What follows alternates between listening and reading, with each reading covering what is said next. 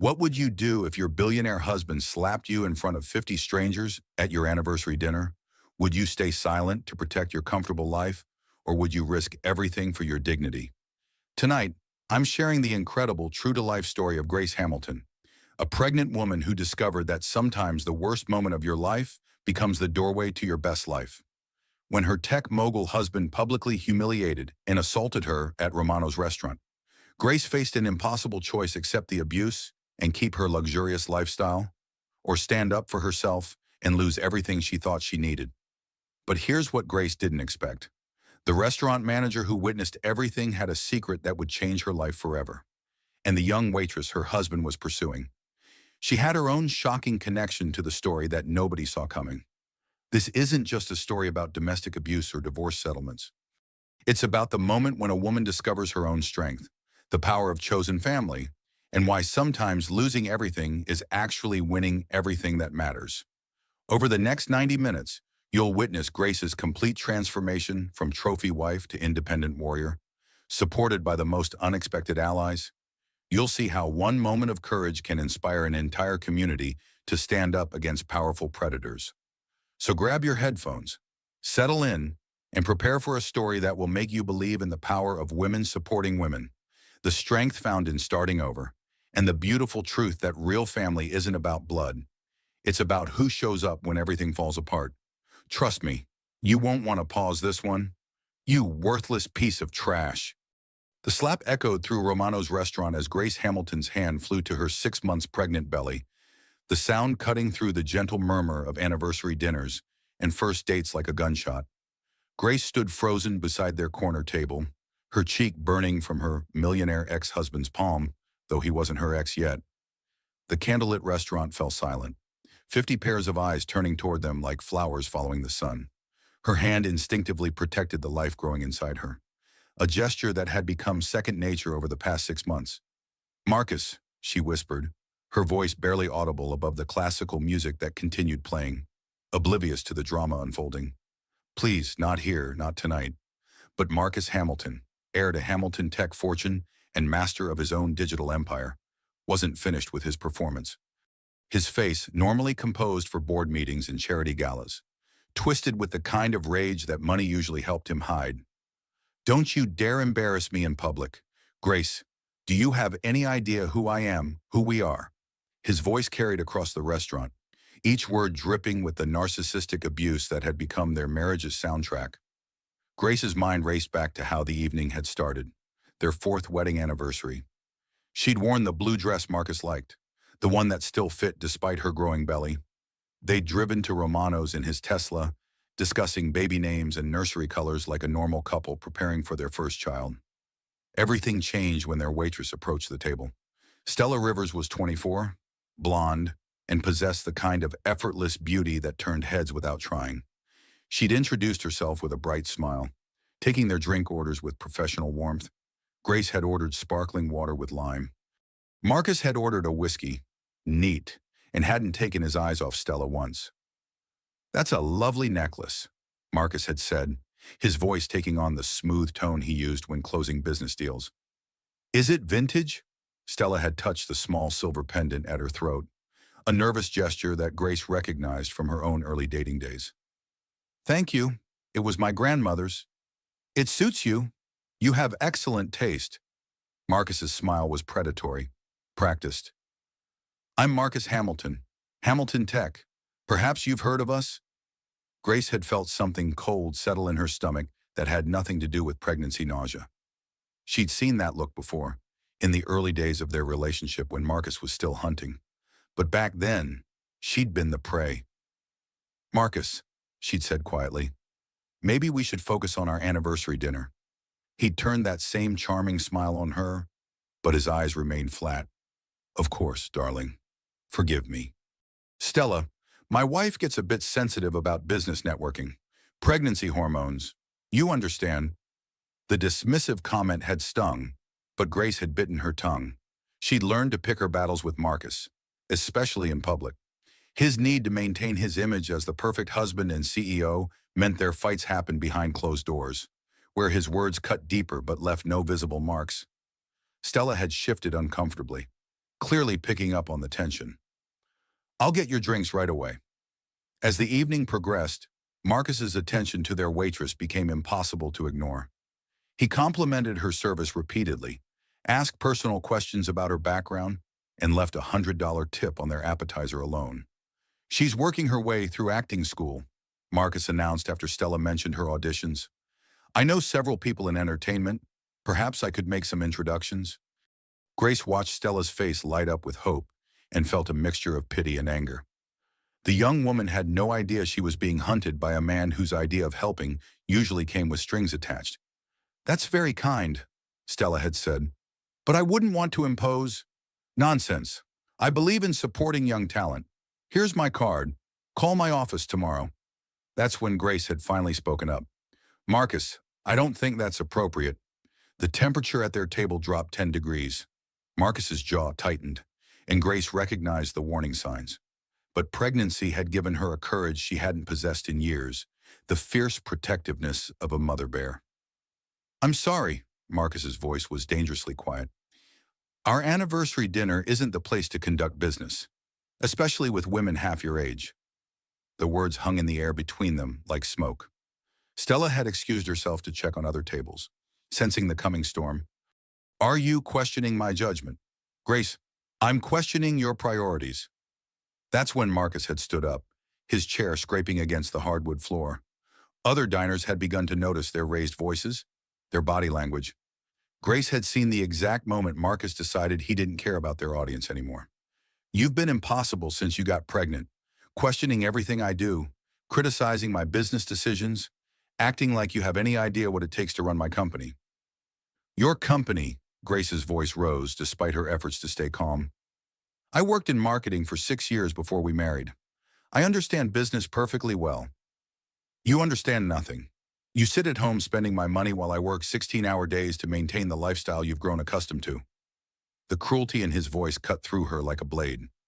Grace looked around the restaurant, seeing the curious faces, the cell phones being subtly positioned to record their domestic drama. The financial independence she'd once known felt like a distant memory, another casualty of a marriage built on control rather than love. "I gave up my career because you asked me to," she said, her voice steady despite the tears threatening to spill. "I trusted you when you said we'd be partners." "Partners?" Marcus laughed, the sound harsh and ugly. "You're my wife, Grace. That means you support me, not undermine me in front of strangers." "I'm not undermining you. I'm trying to save you from yourself." That's when he'd slapped her. Now, standing in the aftermath with her cheek throbbing and her unborn daughter moving restlessly in her womb, Grace realized that something fundamental had shifted. The mask Marcus wore for the world had finally slipped completely.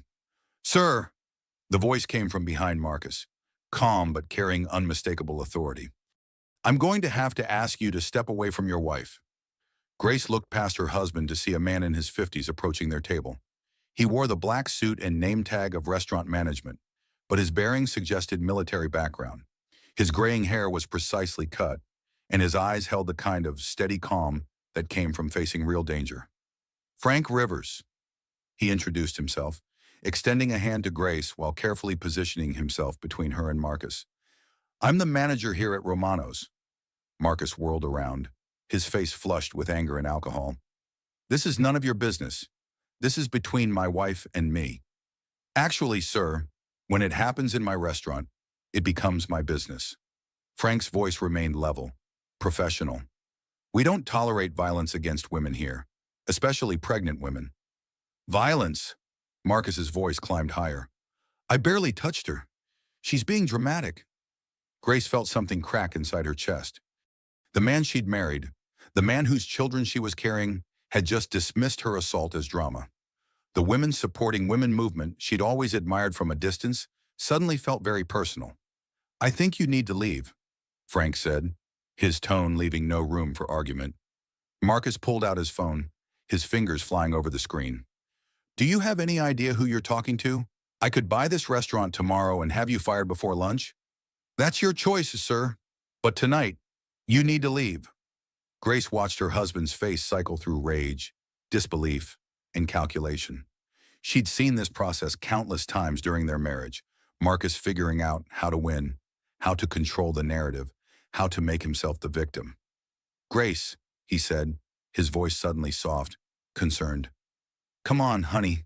Let's go home. You're tired, and stress isn't good for the baby." The manipulation was so smooth, so practiced, that Grace almost believed it herself. Almost. But the sting on her cheek and the protective weight of Frank's presence reminded her that this wasn't about pregnancy hormones or misunderstandings. "No," she said quietly. Marcus blinked. "What?" "I said no." Grace's voice grew stronger. "I'm not going anywhere with you tonight." The restaurant remained silent, the entire room holding its breath.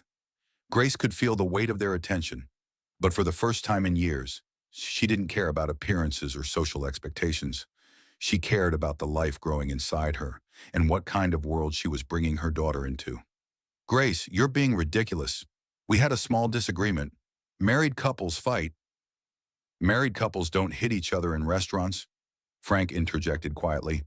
Marcus spun toward the manager, his face contorting with rage. "Stay out of this, old man. You have no idea what you're dealing with." "Actually, sir, I have a very clear idea." That's when Grace noticed Stella standing behind Frank, her face pale but determined. The young waitress was holding a small recording device, and her eyes were fixed on Marcus with unmistakable disgust.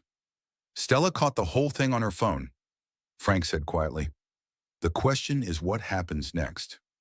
Marcus looked between the manager, the waitress, and his pregnant wife, and Grace could see him calculating odds, weighing consequences, planning his next move.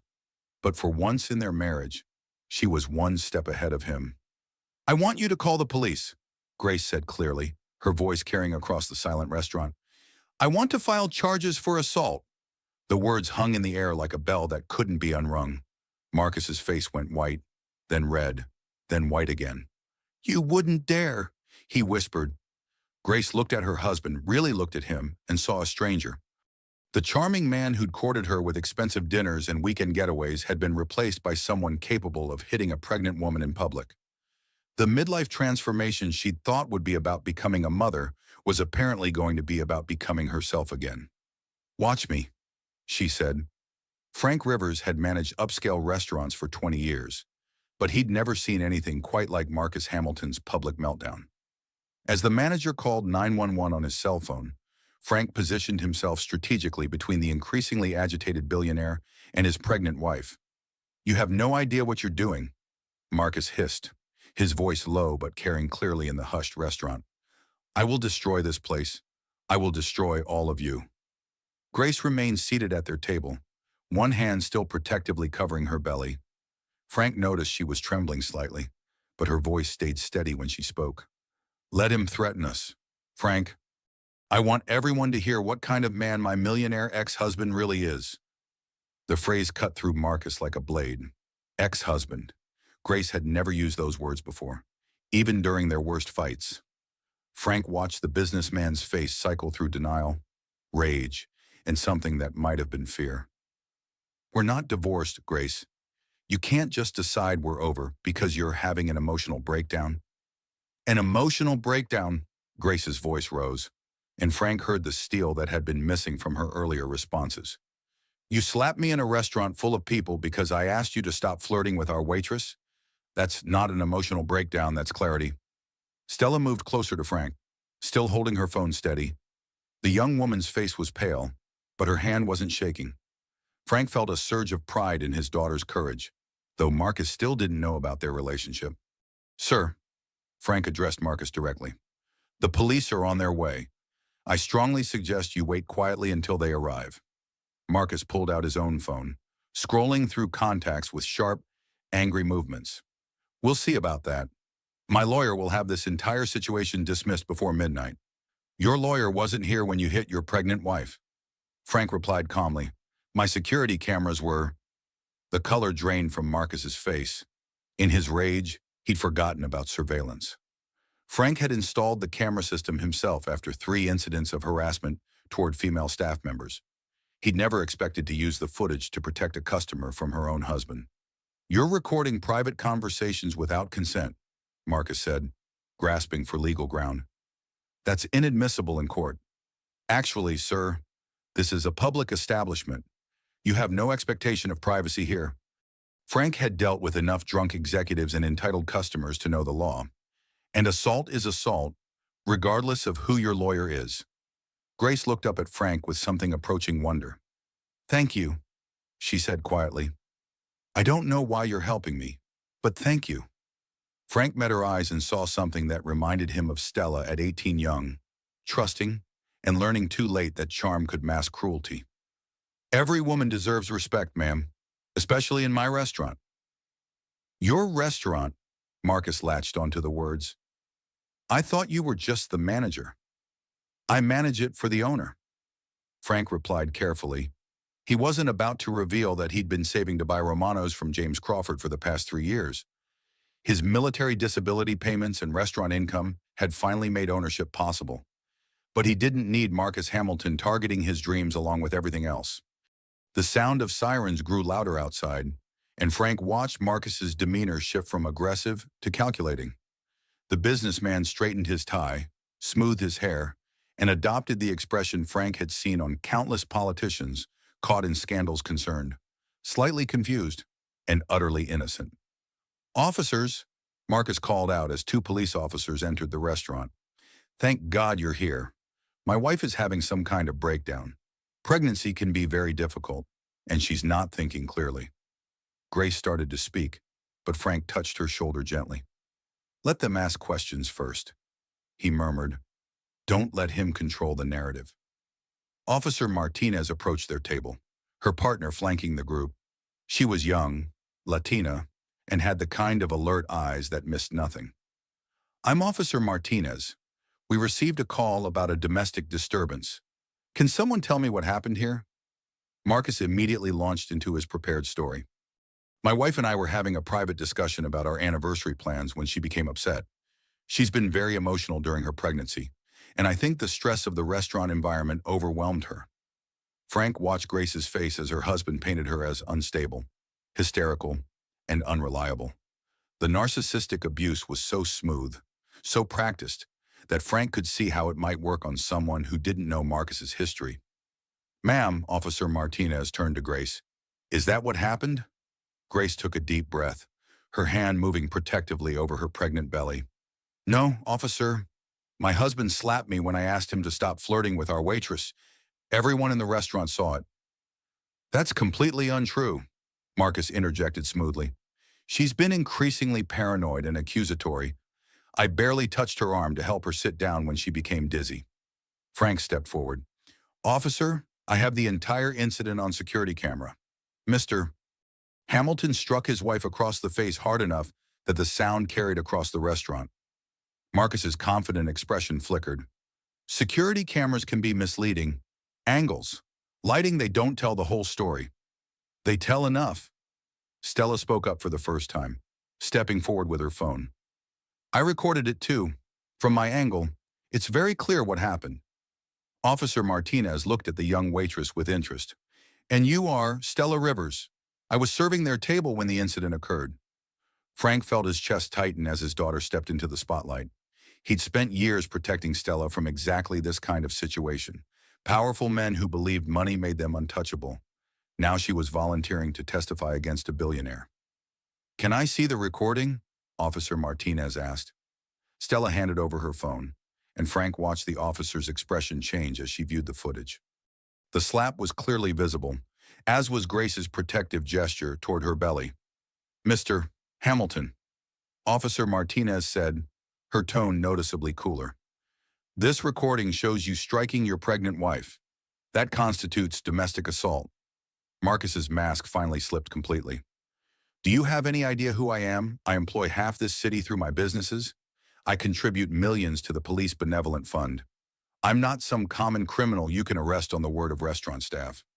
Sir, assault is assault, regardless of your bank account. Frank felt a spark of respect for the young officer. He'd seen too many cops intimidated by wealth and status. Martinez seemed cut from different cloth. I want to press charges, Grace said clearly, and I want a restraining order. Marcus whirled on her, his composure finally cracking completely. You ungrateful. Sir, step back, Officer Martinez commanded, her hand moving instinctively toward her radio. Don't make this situation worse. Frank watched Marcus struggle with his own rage, his face cycling through expressions like a man fighting internal war. The businessman was clearly unaccustomed to being told what to do by anyone, much less a young Latina police officer and a pregnant woman. Grace, Marcus said, his voice taking on a pleading tone that Frank recognized as another manipulation tactic.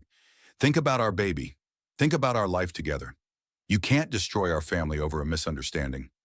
I'm not destroying our family. Marcus, I'm protecting it. The simple dignity in Grace's response seemed to land like a physical blow. Marcus staggered slightly, and Frank wondered if this was the first time anyone had stood up to the man without backing down. Mrs. Hamilton, Officer Martinez addressed Grace directly. If you want to press charges, we'll need you to come to the station to file a formal complaint. I'll drive her, Frank offered immediately. Marcus's head snapped toward the manager. And who exactly are you in all this? What's your stake in destroying my marriage? Frank met the younger man's eyes steadily. I don't have a stake in your marriage, sir. I have a stake in preventing men from hitting women in my establishment. Your establishment? You said you were just the manager. I manage it. That makes it mine to protect. Something in Frank's tone seemed to register with Marcus, the quiet authority of someone who'd faced real danger and come out stronger. Frank had seen combat in Afghanistan before injury brought him home. He'd faced down armed insurgents and survived IED explosions. One entitled Billionaire didn't intimidate him.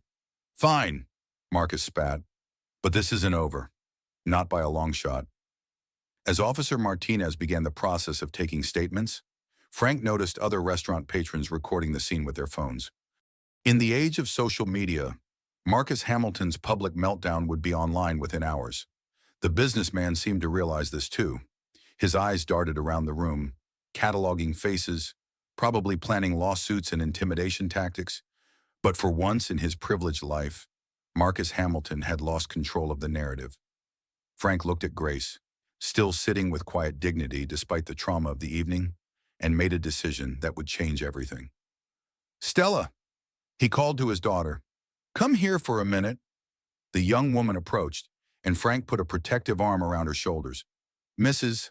Hamilton, Frank said clearly, I think it's time you met my daughter. The revelation hit the restaurant like a thunderclap. Grace looked between Frank Rivers and Stella, seeing the resemblance now that she knew to look for it, the same steady gray eyes, the same determined chin, the same protective stance. Your daughter, Grace's voice was barely a whisper. Marcus, who had been pacing near the hostess station while Officer Martinez took statements from other diners, froze mid-step, his head whipped around, and Grace saw genuine shock replace his practiced indignation.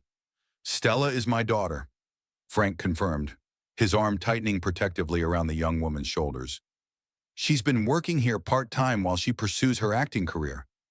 Oh my God, Grace breathed, the full impact hitting her. Stella, I'm so sorry. I thought you were, when Marcus was, you thought I was flirting back with him. Stella finished quietly. Her face was pale but determined. I wasn't. I was being polite because he was a customer, but I could see what he was doing. I've dealt with men like your husband before. Grace felt something cold settle in her stomach. Men like him, Frank's expression darkened. Powerful men who think young women in service industries are their personal entertainment. Men who believe money entitles them to whatever they want. Marcus had gone completely still, his calculating mind clearly working through the implications. Grace could practically see him reassessing the evening's events through this new lens. You set me up, Marcus said, his voice low and dangerous. Nobody set you up, sir, Frank replied calmly. You set yourself up the moment you started treating my daughter like she was for sale. I was being friendly. I offered to help with her career. By giving her your business card after publicly humiliating your pregnant wife, Stella stepped forward, and Grace heard steel in her voice that reminded her of Frank. By asking for my phone number while she was in the bathroom, by suggesting we meet privately to discuss opportunities, Grace's hand flew to her mouth. He asked for your number. Marcus's face flushed red. That's taken completely out of context. No, it isn't, Stella said firmly. You wanted my number so we could discuss your connections in the entertainment industry, away from your wife, away from witnesses. Officer Martinez looked up from her notepad with renewed interest. Mr. Hamilton, is this true? I network for business purposes all the time, Marcus said weakly. With 24-year-old waitresses while your pregnant wife is in the bathroom.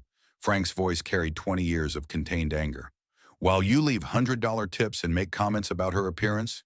Grace stared at her husband, seeing him clearly for perhaps the first time in their 4-year marriage. The narcissistic abuse she'd endured privately was just the tip of the iceberg. Marcus was a predator, and she'd been too isolated to see the pattern. How many others have there been? She asked quietly. Marcus's eyes darted to her, then away. Grace, you're misunderstanding everything.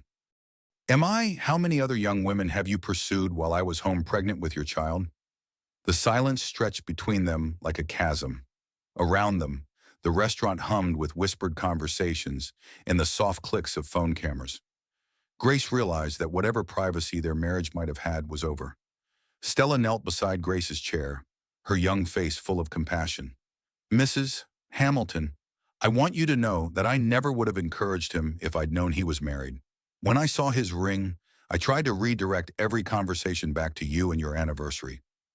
You don't need to apologize, Grace said, touching Stella's hand. You were doing your job. He was the one who was inappropriate. Frank watched this exchange with something approaching wonder. Two women who should have been positioned as rivals were supporting each other instead. The women supporting women movement he'd seen his daughter participate in was playing out in real time. Stella, Frank said gently, why don't you tell Mrs. Hamilton about the other times? Grace's stomach dropped. Other times? Stella glanced at her father, who nodded encouragingly. Your husband has been coming here for about 6 months. Always alone, usually on weekdays during lunch. He's made inappropriate comments to several of our female staff members. 6 months, Grace's voice cracked. He told me he'd never been here before tonight. He specifically requested to sit in sections served by younger women, Frank added. He's asked 3 different servers for their phone numbers and made suggestive comments about helping their careers. Grace felt the walls of her marriage crumbling around her. Every business dinner Marcus had claimed to attend alone, every networking event that required him to stay late, every explanation that had seemed perfectly reasonable at the time, all of it took on a sinister new meaning. The other women, she managed. Did any of them? No, Frank said firmly. I made sure of that, but only because I was watching, only because I made sure he never got them alone. Marcus finally found his voice. This is all lies. You're trying to destroy me because I embarrassed you in front of your customers. You destroyed yourself, Frank replied evenly. The moment you thought you could buy access to my daughter. Officer Martinez closed her notepad and approached the group. Mr. Hamilton, based on multiple witness statements and video evidence, you're under arrest for domestic assault. This is ridiculous, Marcus sputtered as she began reading him his rights. My lawyers will have this thrown out before morning. That's your right, sir. But tonight, you're coming with us. As the handcuffs clicked into place, Marcus looked directly at Grace. You're making the biggest mistake of your life. You have no idea how to survive without me. Grace felt something shift inside her chest, like a lock finally opening after years of being jammed. I survived just fine before I met you. Marcus, I'll survive even better without you. Frank watched the police escort Marcus from the restaurant, then turned his attention back to Grace. She was still seated at the table where her marriage had effectively ended, her hand protectively covering her pregnant belly. Mrs. Hamilton, he said gently, do you have somewhere safe to stay tonight? Grace looked up at him with eyes that were clearer than they'd been all evening. I have a friend who's been telling me to leave him for months. I think it's time I listened to her. I'll drive you, Stella offered immediately. You don't have to. Yes, we do. Frank interjected. What happened here tonight isn't just between you and your husband anymore. Marcus Hamilton is going to blame everyone in this restaurant for his humiliation. We need to stick together. Grace looked around Romano's, taking in the concerned faces of staff and customers who had witnessed her midlife transformation from trophy wife to independent woman. For the first time in years, she didn't feel alone. There's something else you should know, Frank said carefully. The security footage from tonight is going to be evidence in your case. But in today's world, These things have a way of going viral. Grace considered this, then nodded slowly. Good. Let people see what he really is. Stella squeezed her hand. Are you sure once it's out there, you can't take it back? I can't take back being slapped in public either. Grace replied, the difference is, now I get to control what happens next. As Frank helped Grace gather her purse and coat, he felt something he hadn't experienced in years: hope. His daughter had found her courage, a woman had found her strength, and a bully had finally faced consequences. The financial independence Grace had given up when she married Marcus would be harder to rebuild, but Frank had seen enough strong women to know it was possible. His own ex-wife had started over at 40 after their divorce and built a successful consulting business. Mrs. Hamilton, he said as they prepared to leave, tomorrow is going to be difficult. The media, the lawyers, the aftermath of tonight, it's going to get ugly before it gets better. Grace paused at the restaurant entrance, her hand on the door. Behind them, Romano's staff was cleaning up the debris of her shattered marriage. Ahead of them lay uncertainty, legal battles, and the challenge of single motherhood. Frank, she said, and her voice carried a strength that hadn't been there at the beginning of the evening. After 4 years of being married to Marcus Hamilton, I think I can handle ugly. As they walked out into the night air, Stella fell into step beside Grace, and Frank followed, watching 2 generations of women supporting each other toward whatever came next. The Hamilton estate sat on 15 acres of manicured Connecticut countryside, but Grace had never felt more trapped than she did walking through its marble foyer at 2 in the morning.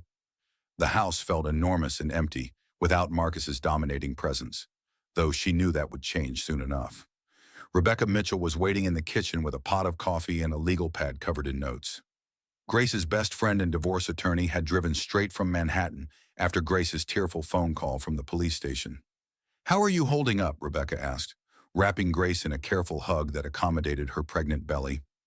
I keep expecting to wake up, Grace admitted, sinking into one of the kitchen chairs that cost more than most people's cars. 6 hours ago, I thought I was going to have a nice anniversary dinner. Now my millionaire ex-husband is in jail, and I'm planning to leave him. He's not your ex-husband yet, Rebecca corrected gently. But we're going to fix that. Tell me everything that happened at the restaurant. As Grace recounted the evening's events, Rebecca took methodical notes. Her friend had built her reputation handling high-asset divorces, particularly cases involving narcissistic abuse and financial control. She knew Marcus's type intimately. The waitress recorded everything, Rebecca asked. Stella, her father is the restaurant manager who called police. They both witnessed the entire incident. Good. Video evidence makes this much stronger. What about Marcus's reaction when he was arrested? Grace closed her eyes, remembering. He kept saying his lawyers would have everything dismissed by morning. He seemed more angry about the public humiliation than concerned about hitting me. Rebecca nodded grimly.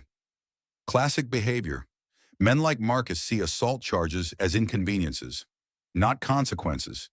He's probably already calculating how to spin this to his advantage. As if summoned by their conversation, Grace's phone buzzed with a text from an unknown number. Gracie, it's Marcus. They took my phone but let me call my lawyer. This whole thing is a misunderstanding that got blown out of proportion. Come bail me out and we'll put this behind us. Think about our baby. Grace showed the message to Rebecca, who immediately started typing notes. He's trying to minimize and manipulate. Rebecca observed, the pet name Gracie is designed to make you remember when you were happy together. The appeal to the baby is emotional blackmail. I'm not bailing him out, Grace said firmly. Good. Let him sit in jail overnight. It might be the first time in his life he's faced real consequences. Grace's phone buzzed again. My lawyer says you're making a huge mistake. I employ 600 people in this state. I contribute to every major charity. One phone call from me could ruin the restaurant manager and that little waitress. Don't let them destroy our family. Rebecca's expression hardened. Now he's threatening witnesses. Screenshot that message, it's evidence of intimidation. As Grace complied, her phone began ringing. The caller ID showed Marcus's lawyer, David Stern, whom Grace had met at numerous social functions. Don't answer, Rebecca advised. Let it go to voicemail. The voicemail was brief but telling. Grace, this is David Stern. I need you to call me immediately. We need to discuss tonight's incident before it gets out of hand. Marcus is concerned about your well-being and the stress this is putting on your pregnancy. He's building a defense strategy, Rebecca explained, painting Marcus as the concerned husband and you as the unstable pregnant woman. We need to get ahead of this. Oh, how? By filing for divorce tomorrow morning, and by getting our own version of events on record before his PR team takes control of the narrative. Grace's phone buzzed with another text, this one from a number she didn't recognize. Mrs. Hamilton, this is Channel 7 News. We understand you were involved in an incident at Romano's restaurant tonight. We'd like to offer you the opportunity to tell your side of the story before it appears on social media. Rebecca and Grace stared at the message in silence. It's starting, Rebecca said quietly. Someone at the restaurant must have posted the video already. Grace opened her social media apps and began searching. It didn't take long to find multiple posts tagged with #Romanos incident and #Billionaire assault. The video Stella had taken was already circulating, along with several other angles from restaurant patrons. The comments were brutal but divided. Some users expressed outrage at Marcus's behavior, while others questioned Grace's motives and suggested she was seeking attention or money. Look at this one, Grace said, showing Rebecca a particularly vicious comment. She says I probably deserved it for embarrassing my husband in public. Don't read the comments, Rebecca advised firmly. Nothing good ever comes from reading comments, but this confirms we need to control the narrative quickly. Grace's landline began ringing the house phone that only close friends and family used. The caller ID showed Marcus's mother, Dorothy Hamilton. Should I answer? Yes, but put it on speaker. I want to hear how the family responds. Grace answered with trembling fingers. Hello, Dorothy. Grace, darling, I just heard the most ridiculous story from David Stern. He claims Marcus was arrested for hitting you. That can't possibly be true. Grace took a deep breath. It is true, Dorothy. He slapped me at Romano's restaurant because I asked him to stop flirting with our waitress. The silence on the other end stretched for nearly 30 seconds. Grace. Dorothy's voice was carefully controlled. I need you to think very carefully about what you're saying. Accusations like this can destroy a man's reputation permanently. His reputation should be destroyed. He hit his pregnant wife in public. Marriage is complicated, dear. Sometimes couples have disagreements that look worse than they are. Marcus loves you and the baby. He would never intentionally hurt you. Grace felt something inside her chest crack open. Dorothy Hamilton, the woman who had welcomed Grace into the family and insisted she call her mom, was choosing her son over the truth. Dorothy, there's video evidence. Multiple witnesses. He didn't just hit me, he's been pursuing other women for months. That's impossible. Marcus is devoted to you. He asked our 24-year-old waitress for her phone number while I was in the bathroom. Another long silence. Grace. Dorothy's voice took on a tone Grace had never heard before. I think the stress of pregnancy is affecting your judgment. Perhaps you should see a doctor before making any rash decisions. Rebecca held up a note. She's gaslighting you. Classic family enabler behavior. Dorothy, I'm not crazy. I'm not confused. Your son assaulted me, and I'm leaving him. Think about what you're saying. Grace, think about your future. Marcus provides everything for you. Your house, your security, your lifestyle. What will you do without him? The question hung in the air like smoke. Grace looked around the marble kitchen with its professional-grade appliances and imported fixtures, all purchased with Marcus's money. For 4 years, she'd traded her financial independence for luxury and security. Now that security felt like a prison. I'll figure it out, Grace said quietly. Will you? Do you have any idea how expensive it is to raise a child alone?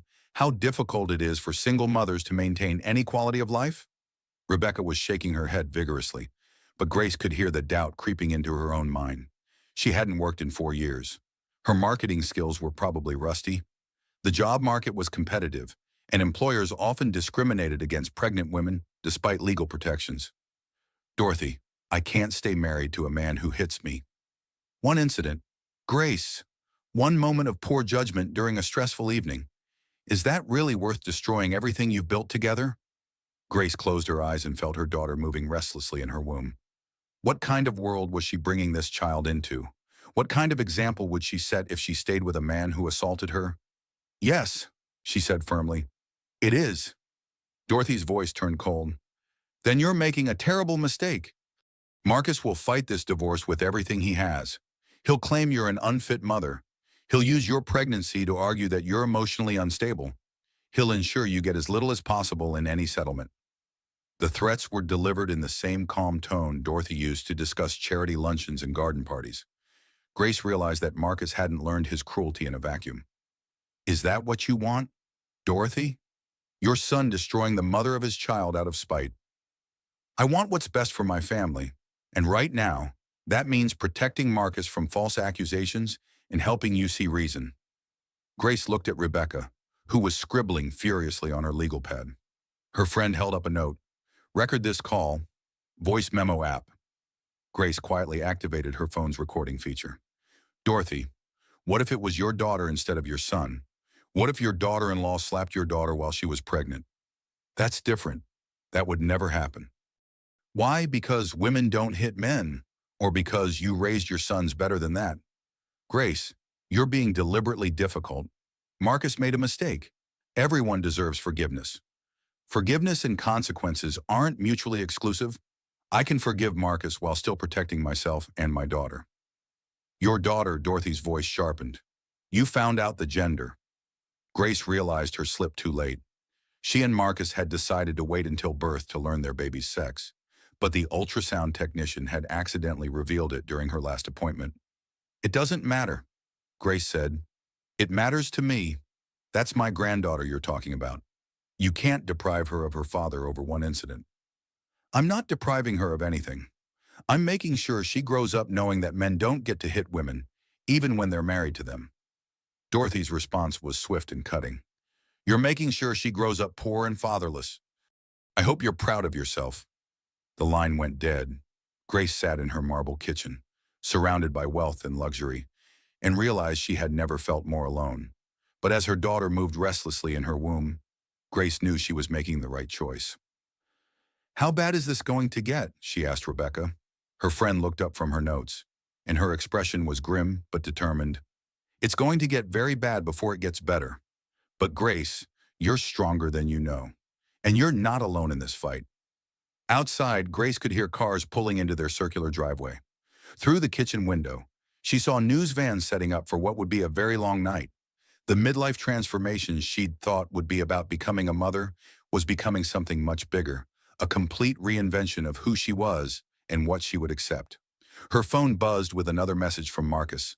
Last chance, Grace. Come bail me out, or I'll make sure you regret this for the rest of your life. Instead of fear, Grace felt something she hadn't experienced in years: clarity. She deleted the message without responding. Grace woke up in pain at 4 in the morning, her lower back seizing with contractions that felt different from the Braxton Hicks episodes she'd experienced over the past month. Rebecca was asleep on the couch in the guest room, surrounded by legal documents and empty coffee cups from their late-night strategy session. Rebecca, Grace called out, her voice tight with concern. Something's wrong. Within minutes, they were driving through the pre-dawn darkness toward Greenwich Hospital. Rebecca's hands steady on the wheel while Grace timed contractions that were coming too frequently for comfort. It's too early, Grace whispered, her hands protectively covering her 6-month belly. She's not ready yet. Stress can trigger early labor, Rebecca said gently. But you're at 24 weeks. If something happens, the doctors can help her. The emergency room was mercifully quiet at this hour. Dr. Patricia Wells, Grace's obstetrician, arrived within 30 minutes of their call, her gray hair pulled back in a professional bun and her manner calmly reassuring. Let's see what's going on. Doctor, Wells said as she conducted her examination. Your cervix is slightly dilated, but the baby's heartbeat is strong. The contractions are likely stress-induced, but we're going to monitor you for the next several hours. As Grace settled into a hospital bed with monitors tracking her daughter's vital signs, Doctor, Wells pulled up a chair with the expression Grace had learned meant serious conversation time. Grace, I need to ask you some difficult questions. Rebecca told me about what happened last night. Has Marcus ever been physically aggressive with you before? Grace hesitated. The slap at Romano's had been the first time Marcus had actually hit her, but there had been other incidents grabbing her wrist too tightly during arguments, blocking doorways when she tried to leave a room, looming over her in ways that felt threatening. Not exactly, Grace said carefully. What does not exactly mean? He's never hit me before last night, but he's grabbed me during fights, hard enough to leave marks.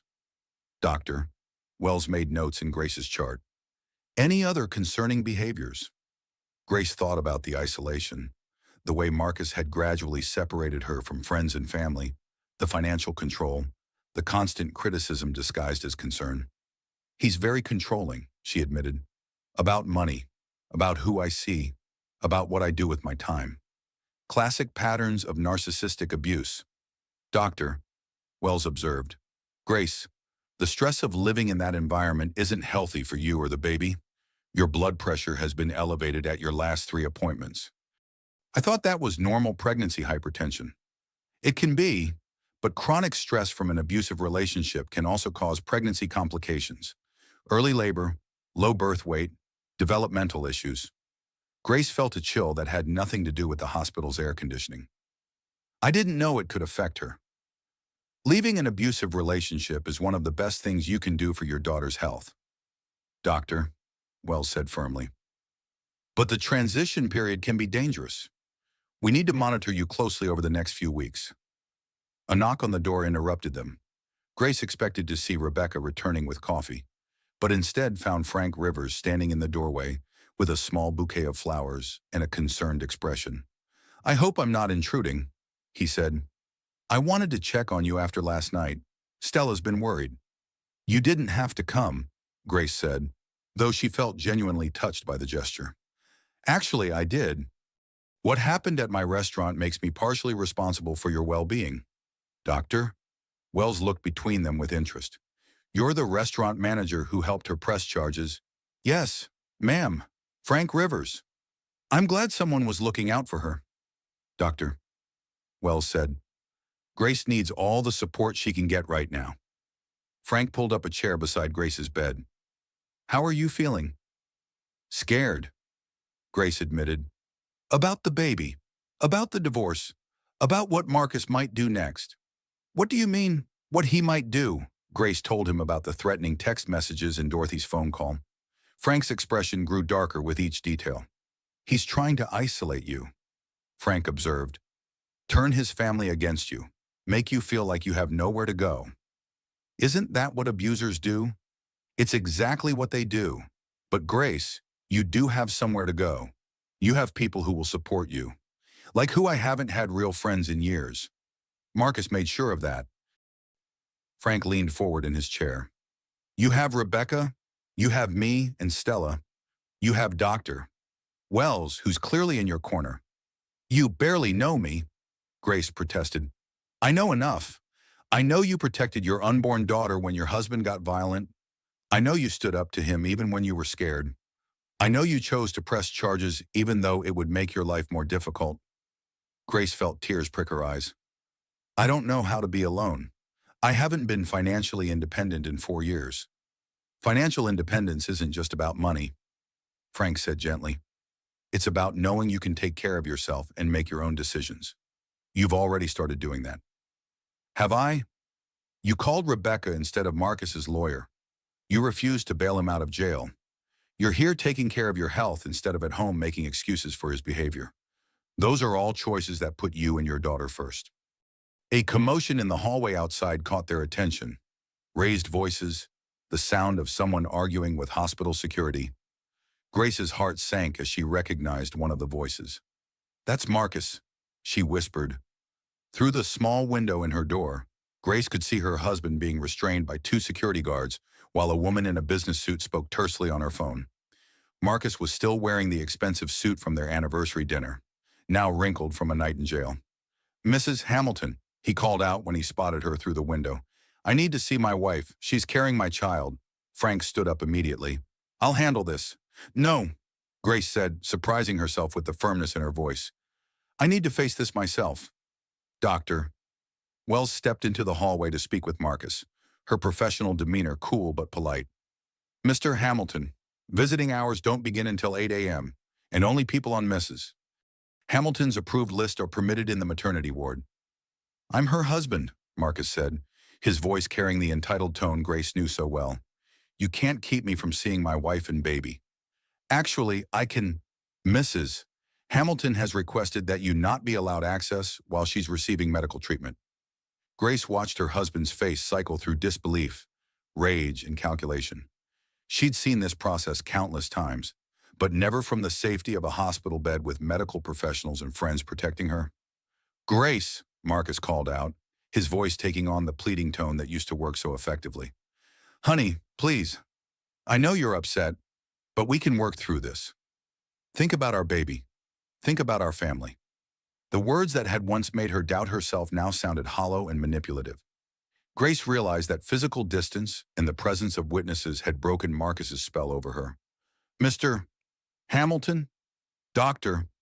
Wells continued. Your wife is experiencing pregnancy complications that appear to be stress-related. Your presence would be medically contraindicated. Stress-related complications. Marcus's lawyer, the woman in the business suit, stepped forward. Are you saying my client's presence is harmful to his wife's health? I'm saying that any source of stress is potentially harmful to a high-risk pregnancy. Grace watched Marcus process this information, seeing him realize that his own behavior had potentially endangered his child. For a moment, she thought she saw genuine remorse in his expression. Grace, he said quietly, I never meant for any of this to hurt you or the baby. Please, just give me 5 minutes to explain. Against her better judgment, Grace found herself considering his request. The man she'd fallen in love with seemed to be speaking through the mask of the abuser she'd lived with for 4 years. Frank must have sensed her wavering. Grace, he said gently, you don't owe him anything. Not an explanation, not forgiveness, not even 5 minutes of your time. But what if he's sincere? What if he really wants to make things right? Then he can demonstrate that through actions, not words. He can attend anger management counseling. He can respect your need for space. He can stop sending threatening text messages and hiring lawyers to intimidate you. Grace looked at Marcus through the window, really looked at him, and saw the truth Frank was trying to show her. Her husband wasn't standing in the hallway because he was worried about her health. He was there because his control was slipping, and he needed to reassert dominance over the situation. No, Grace said clearly. I don't want to see him. Doctor. Wells nodded and returned to the hallway. Mr. Hamilton, Mrs. Hamilton has declined your request for a visit. I'm going to have to ask you to leave the premises. This is ridiculous, Marcus exploded. I have rights as a husband and father. Your rights don't extend to disrupting medical treatment, Doctor, Wells replied calmly. Hospital security will escort you out. As Grace watched her husband being led away, still protesting his innocence and demanding his rights, she felt something she hadn't experienced in years. Peace. How do you feel? Frank asked gently. Grace considered the question seriously. Her marriage was over. Her financial security was uncertain, and she was facing the prospect of single motherhood while her daughter's father fought her every step of the way. Free, she said finally. For the first time in 4 years, I feel free. Doctor. Wells returned to the room with a satisfied expression. Your blood pressure has already started to normalize. I think we can discharge you this afternoon if the contractions continue to subside. What happens next? Grace asked. You take care of yourself and your daughter. You let your support system help you. And you remember that leaving an abusive relationship was the bravest thing you could do. Frank squeezed Grace's hand gently. You're going to be okay, both of you. For the first time since walking into Romano's restaurant the night before. Grace believed him. By the time Grace was discharged from the hospital that afternoon, #Billionaire Slap's wife was trending on 3 social media platforms. Rebecca drove her to a small hotel outside Greenwich, while Frank followed in his car, both of them trying to shield her from the reporters who had somehow discovered her location. Don't look at your phone, Rebecca advised as they checked into adjoining rooms under false names. The internet is not a kind place right now. But Grace couldn't help herself. Lying on the hotel bed while Rebecca ordered room service, she scrolled through hundreds of posts, comments, and news articles about her marriage's public destruction The video from Romano's had been shared thousands of times, often with commentary that made Grace's stomach churn. Some users defended her, calling Marcus a monster and praising her courage. Others questioned her motives, suggesting she'd provoked the incident for attention or money. Look at her body language. One comment read, "She's clearly baiting him, gold digger trying to secure her payday. 6 months pregnant and she's worried about her husband talking to the waitress? Sounds like jealous wife syndrome to me." Read another, but there were supportive voices too. Women sharing their own stories of domestic violence, men condemning Marcus's behavior, people offering resources for abuse survivors. "I stayed for 15 years because I thought I deserved it," one woman wrote. "Seeing Grace Hamilton press charges gives me hope that I can find that strength too." Rebecca returned from the front desk with their room keys and immediately took the phone from Grace's hands. "I told you not to read the comments. Some of them are supportive," Grace protested weakly. "Some of them are also from Marcus's PR team. His crisis management company has been flooding social media with narrative control since this morning." Grace hadn't considered that possibility. "You think he's paying people to attack me online? I think Marcus Hamilton didn't become a billionaire by letting other people control his story. He's going to fight this on every front: legal, financial, and public relations." A knock on the door interrupted them. Frank entered with Stella, both carrying bags of groceries and grim expressions. "It's getting ugly out there," Frank reported. "News vans outside Romano's, reporters trying to interview customers from last night, someone offering money for employee statements." "Marcus's people?" Grace asked. "Has to be. 3 different reporters asked me if I'd been paid to make false statements against your husband."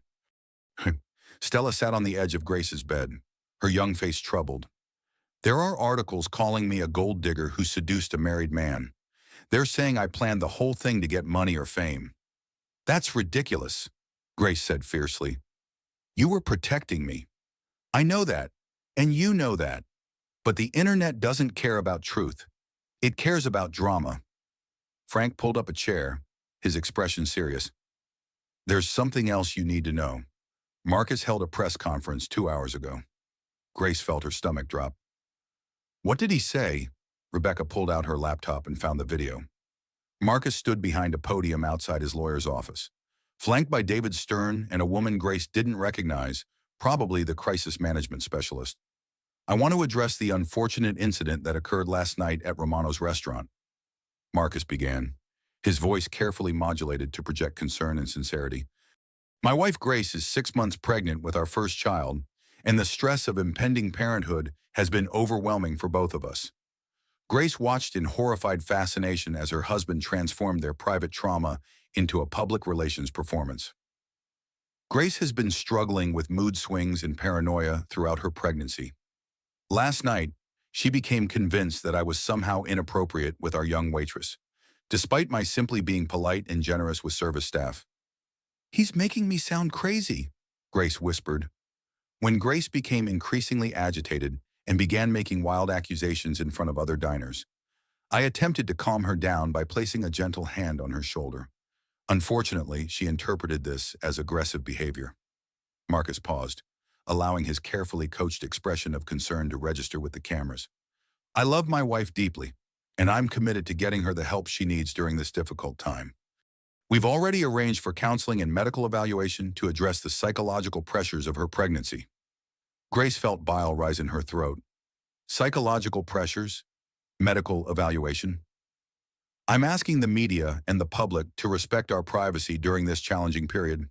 My wife is not well, and the attention this incident has received is only adding to her stress and potentially endangering our unborn child." The video ended with Marcus taking no questions and walking away, looking like a concerned husband dealing with an unstable wife. "He's claiming you're mentally ill," Rebecca said grimly. "It's a classic abuser tactic: attack the victim's credibility while positioning himself as the long-suffering partner." Grace stared at the frozen image of her husband's face on the laptop screen. His performance had been flawless, hitting every note designed to generate sympathy while discrediting her version of events. "Will people believe him? Some will," Frank admitted. "Men like Marcus are very good at seeming reasonable and sympathetic. But Grace, there are dozens of witnesses to what really happened. plus multiple video angles. The truth will come out. In the meantime, he's destroying my reputation. Stella leaned forward. Not just yours. Look at this. She showed Grace several news articles that painted her as a manipulative gold digger who had somehow orchestrated the entire incident. They're saying I deliberately flirted with your husband to create drama.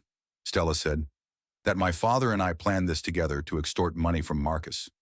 That's insane, Grace said. Insane but effective. Rebecca observed. Marcus is using his money and influence to flood the zone with alternative narratives. By tomorrow, there will be so many competing versions of events that people won't know what to believe. Grace's phone rang. Dorothy Hamilton calling again. Don't answer, Rebecca advised, but Grace was tired of running from confrontation. She accepted the call and put it on speaker. Grace, dear, I just watched Marcus's press conference. He's so worried about you and the baby. Dorothy, you saw the video from the restaurant. You know he hit me. I saw what appeared to be a misunderstanding between a stressed husband and his pregnant wife. Marcus explained everything. You've been having mood swings, paranoid episodes. It's not uncommon during pregnancy. Grace felt the ground shifting beneath her feet.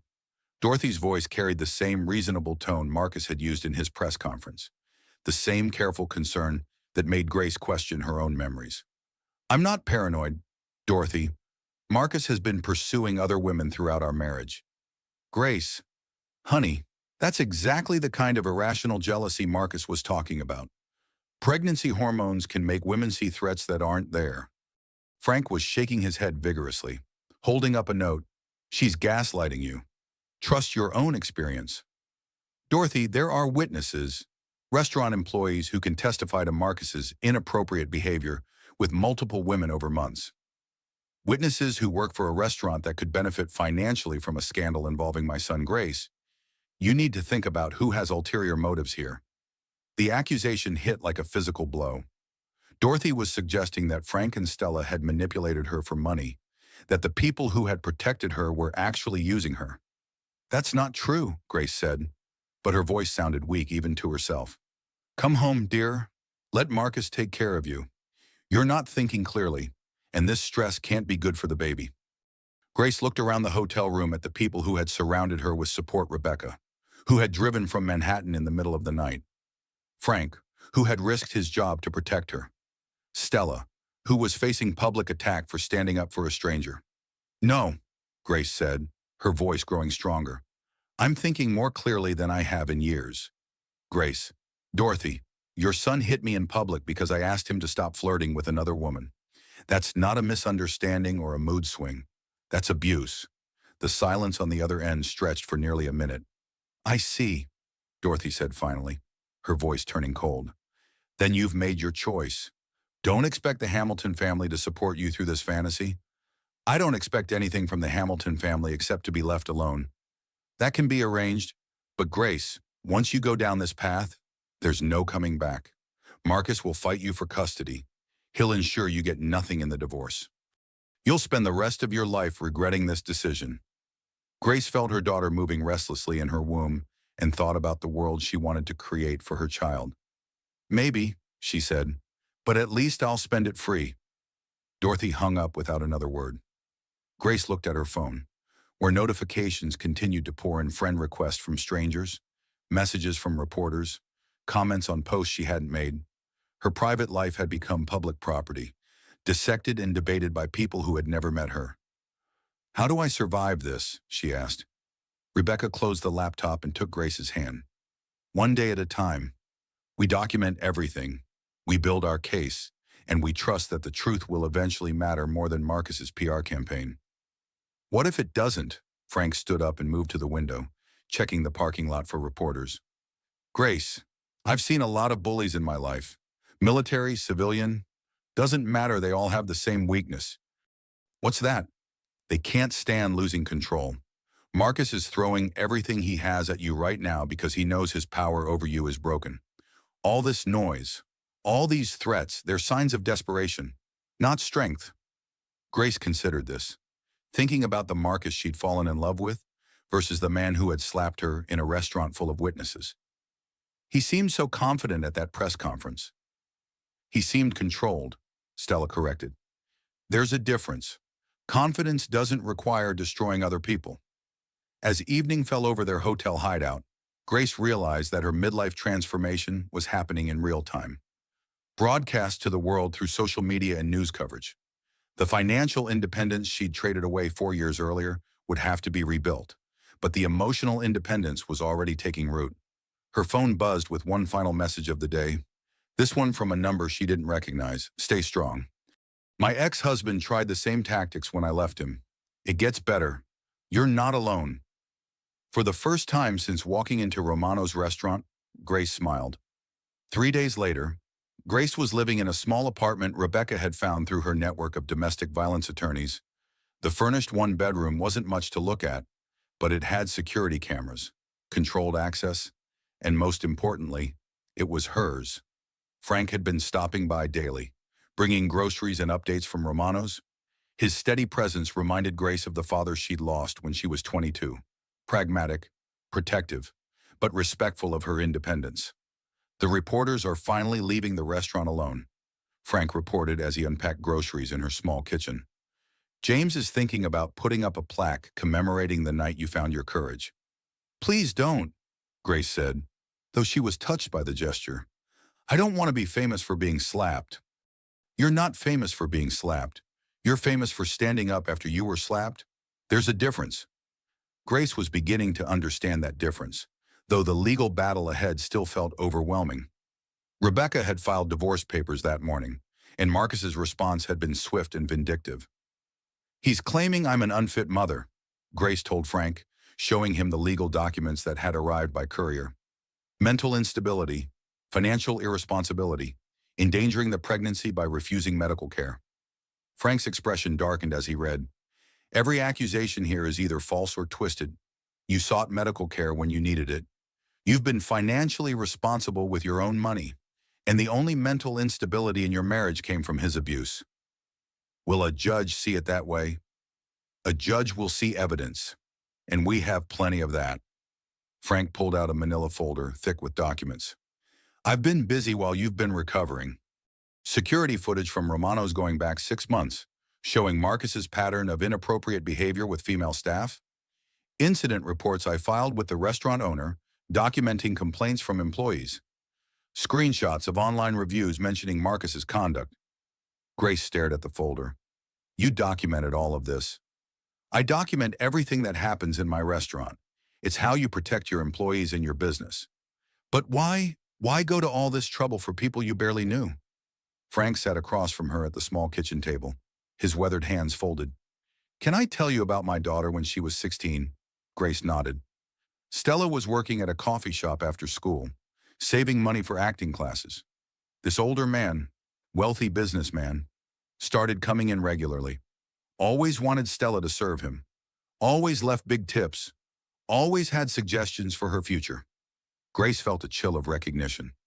One day, Uri, he offered to help her get into a prestigious acting program. Said he had connections, could make introductions, but they needed to meet privately to discuss it. Stella was so excited she almost said yes. What stopped her? Me.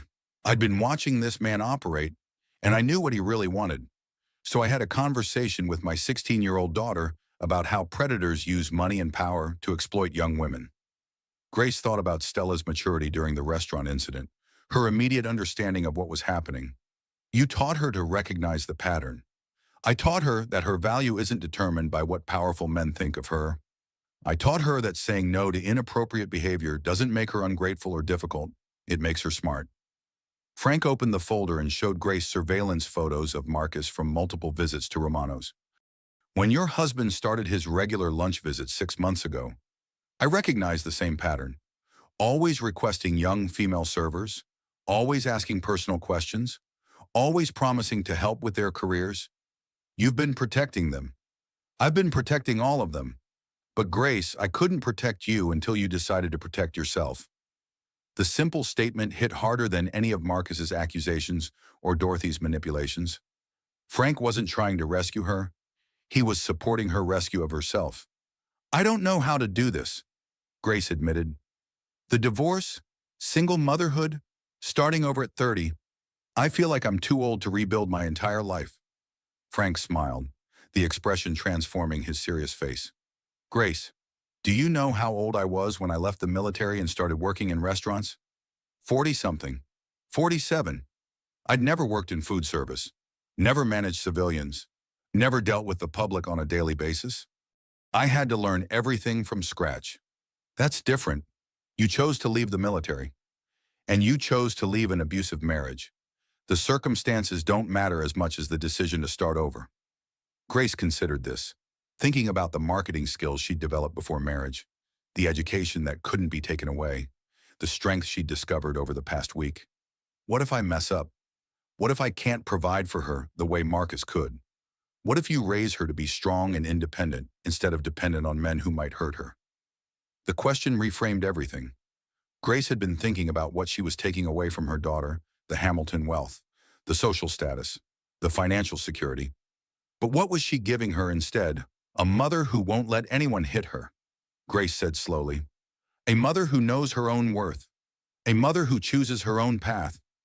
Frank pulled out another document from his folder, a job posting from a marketing firm in Hartford.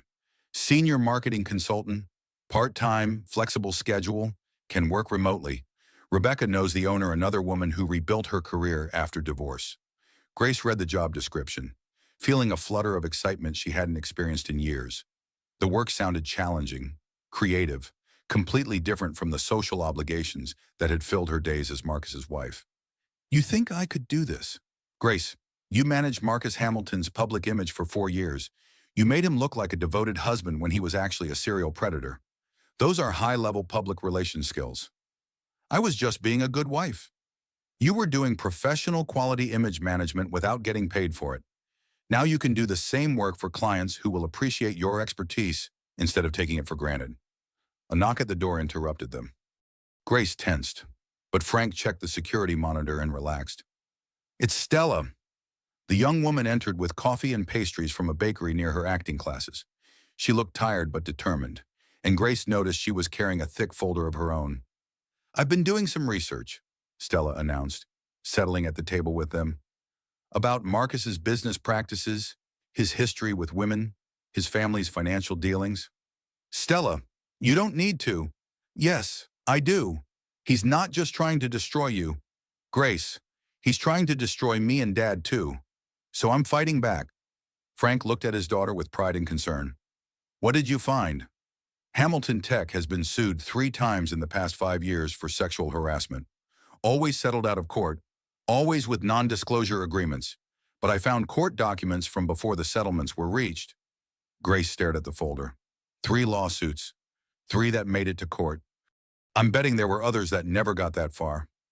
Stella pulled out printouts of legal documents. Look at the pattern, all young women, all employees or vendors, all describing the same behavior you witnessed at the restaurant. Frank leaned forward, studying the documents. This establishes a clear pattern of predatory behavior. It gets better.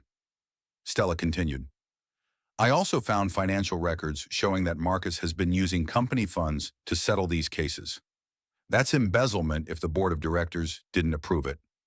Grace felt dizzy. How did you find all this? I have friends in journalism school, friends in law school, friends who are really good with internet research. Plus, Marcus made enemies during those harassment cases, women who would love to see him face consequences. This could destroy his company, Grace said. His behavior could destroy his company, Frank corrected. You're just making sure the truth comes out. As Grace reviewed Stella's research, she realized that her husband's pattern of abuse extended far beyond their marriage. The narcissistic abuse she'd endured privately was just one facet of a systematic exploitation of power. There's something else, Stella said quietly. I found records of private investigators Marcus hired to dig up dirt on the women who sued him. Financial records, personal relationships, medical history, anything he could use to discredit them. He's probably doing the same thing to me, Grace said. Probably. But Grace, you're not hiding anything embarrassing. You're not the one with a pattern of predatory behavior. You're not the one who's been embezzling company funds to cover up harassment settlements. Frank gathered up all the documents and secured them in a large envelope. We need to get this to Rebecca immediately.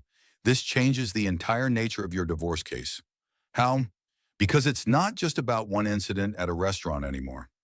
It's about a pattern of abuse that affects Marcus's fitness as a parent and his financial ability to support your daughter.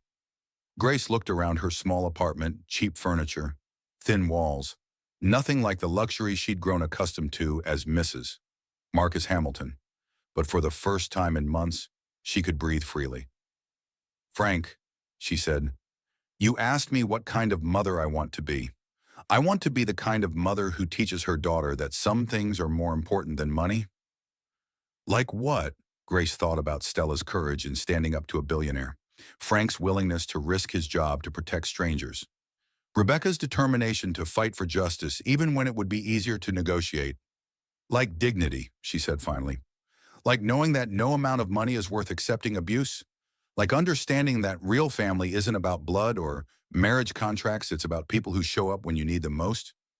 Frank smiled and squeezed her hand. "She's going to be lucky to have you as her mother. We're going to be lucky to have all of you in her life," Grace replied, looking between Frank and Stella. "Both of you."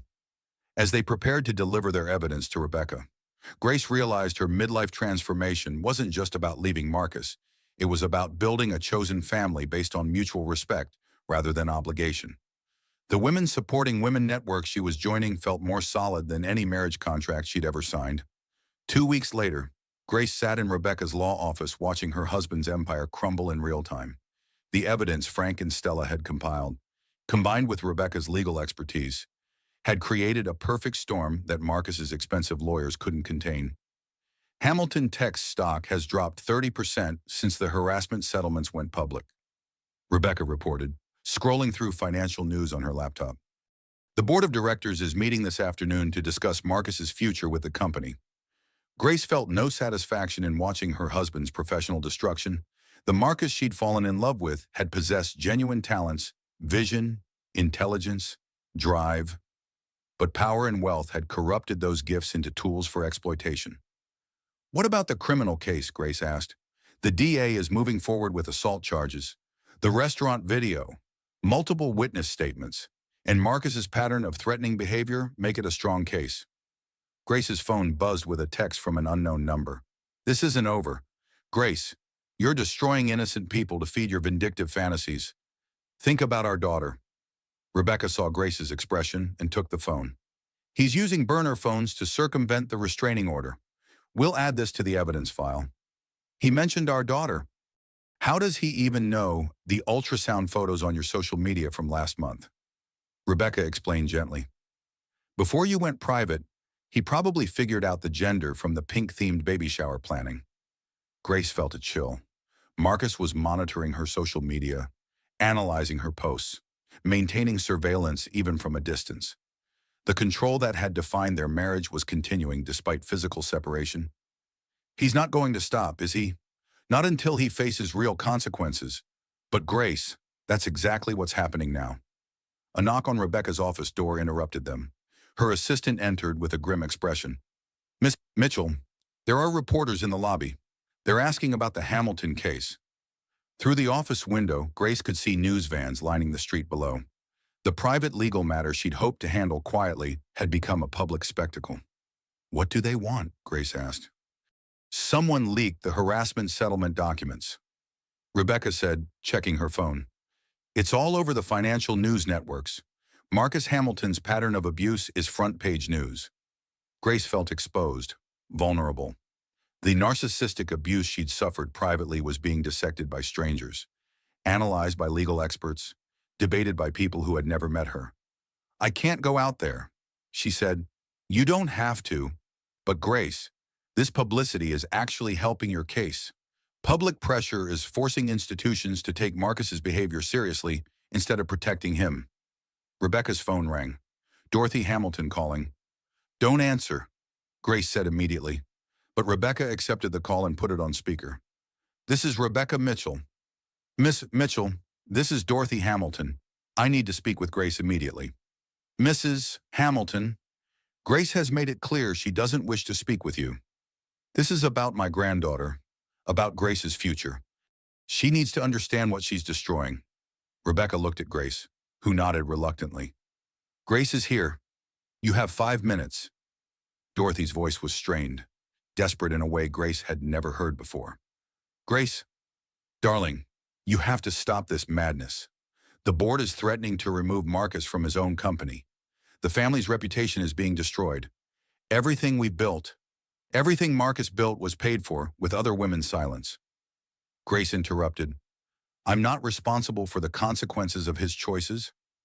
His choices, Grace. You chose to publicize one moment of marital conflict instead of handling it privately. You chose to destroy a man's career over a simple misunderstanding. Grace felt the familiar doubt creeping in. The way Dorothy's reasonable tone made her question her own memories. Dorothy, it wasn't one moment.